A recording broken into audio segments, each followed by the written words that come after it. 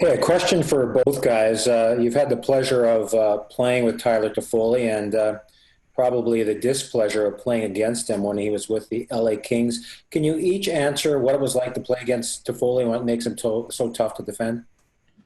Well, I think he's a skilled, smart player. It's always hard to play against those guys that can make good plays and have the skill to do it. Yeah, I remember playing a lot against him when he was in LA, and it wasn't easy. I haven't played too much against him, but he's just one of those guys. He's a pure goal scorer that can find that quiet spot. So it's a special talent, and we need him to keep producing for our team. Last night was huge. Next up, Nick Kotsonica, NHL.com. This is mostly for Alexander, but Troy as well. Pettersson makes so many highlight reel plays. I'm kind of curious as a teammate, what are some little things he does, maybe on the defensive end, maybe just otherwise that we might not notice enough? There are examples last night that you can point to, or just any little things that he does that don't get enough attention? Well, he's obviously a highly skilled player. You can see out there what he does with the puck. And he's a smart player. He sees the ice well. And I think, he's got a great attitude. He wants to get better, and he's working hard to get better at those plays away from the puck. And, he's improving there very quickly too, probably because he's a smart guy. So I think, he's doing a lot of good things with the puck that everyone can see, but, he's working hard to become a good two-way player. Ian McIntyre, Sportsnet. Hi, this is for Troy. Bo last night after the game said that it definitely goes in the back of your mind when you're hearing some of the things that you guys were hearing from the Vegas bench in game one. Knowing Petey as you do and the way he takes on challenges, do you think in some respect it got him fired up, some of the stuff that was said? You'd have to ask him, but I could imagine it did. Petey's a really competitive individual, and he wants to win. And like Eddie said, he puts in the work during practices to improve his game, and he wants to be that superstar that he already is. So I'm sure that fueled him a little bit, and I think his play did the talking last night. He had a really good game for us. Jeff Patterson, TSN 1040. Hey, Troy, you're the right side defenseman as Brock flips that puck off the glass last night. Did you get a look at it? Did you see it deflect off the glass before it left play? And what about having to kill a penalty that you guys never should have had to kill? I did. It was unfortunate. It's human error. Everybody makes mistakes. So at the end of the day, we got to kill. We rely on our PK to not just get kills, but shift momentum of games. And they've done a really good job so far throughout the playoffs. And that particular incident was no different. We got the job done. Jim Morris, CBC Sports.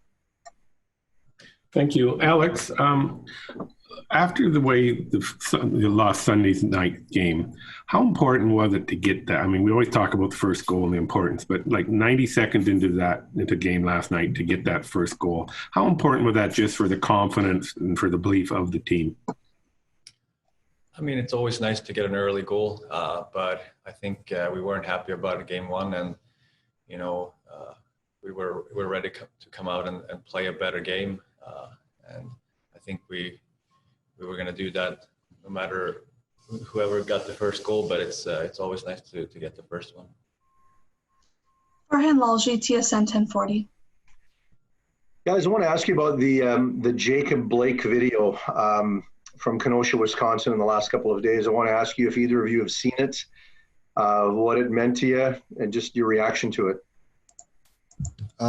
Personally, I haven't seen the video. I've heard all about the context and the incident, and it's heart-wrenching. It's disgusting, and just like anything in life, as a team, you need to come together, and we need change, and this is direct evidence of that. So thoughts and prayers, obviously, with his family and that community. Daniel Wagner, Glacier Media. Troy, just to bring things back to Pettersson, he seems to have this ice cold demeanor, but obviously it's hiding a fiery competitor underneath. Are you at all surprised anymore by the improvements that he seems to make every single game? No. He, like I said, he puts in the work. He comes to the rink every day with a purpose. He's staying out late after practice to work on little things that make a big difference in the long run during the game. And I don't know, I think those superstars or guys at his caliber, they just kind of have that look in their eye where they want to be the best and they're going to do whatever they can to be the best. And I don't think PD's any different than that. Ben Kuzma, Post Media. Yeah, it's a question for Alex. Jacob Markstrom was talking last night, Alex, about the number of ice bags he saw in the room. Blocking shots is never easy. You guys had 40 last night, which is a franchise record in the postseason. It's never an easy thing, Alex. Is it somewhat easier because of what's on the line, knowing that Vegas had 40 shots last night and they're probably not going to go away Thursday night? Yeah, for sure. I think the whole team, we're all ready to block shots. We're all ready to do whatever we need to do to keep the puck out of our net. So I think that's just a no-brainer for everyone. You know, it's the playoffs. You put your body on the line here for your teammates. Ian McIntyre, Sportsnet. For Troy again, it's kind of a semi-follow to the last one. Very few teams or very few people expected you guys to even be in the playoffs. And I'm sure once it got to 2-2 against St. Louis, not many people thought you were going to survive that.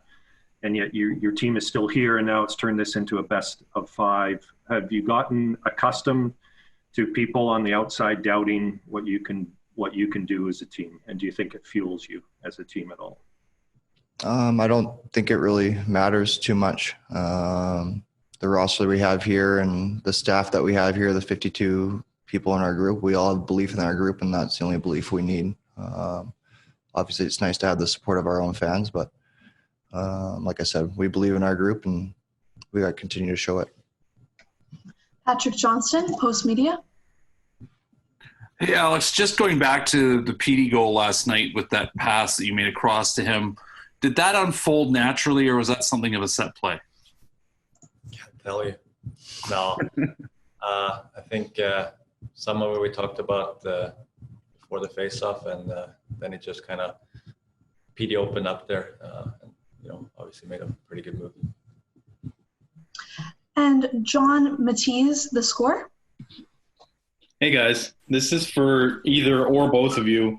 You've been in the bubble for a month now. In that time, a player has left and a coach has talked openly about the mental challenges associated with the bubble. I'm wondering, is all of this wearing on you as well? What's the hardest part of the bubble experience so far? I think for me personally, the hardest part is to be away from my family. And I think most guys think the same. It's kind of a unique situation that no one's been part of before. So once you're playing and you're in the games, you're very focused on that. But away from the rink, it's hard to be away from your family, and I think that's the biggest challenge. And final question will come from Nicolas Ducharme, NHL France. Yeah, hi, Alex. This one's for you. Right now, the Canucks have gone the furthest into the playoffs that they've been since 2011. What similarities do you see between the 2011 team and this year's team when it comes to atmosphere and play and the players?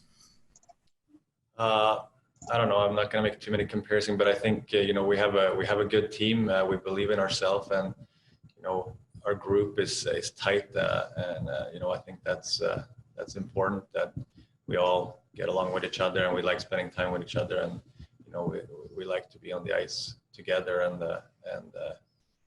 play for each other.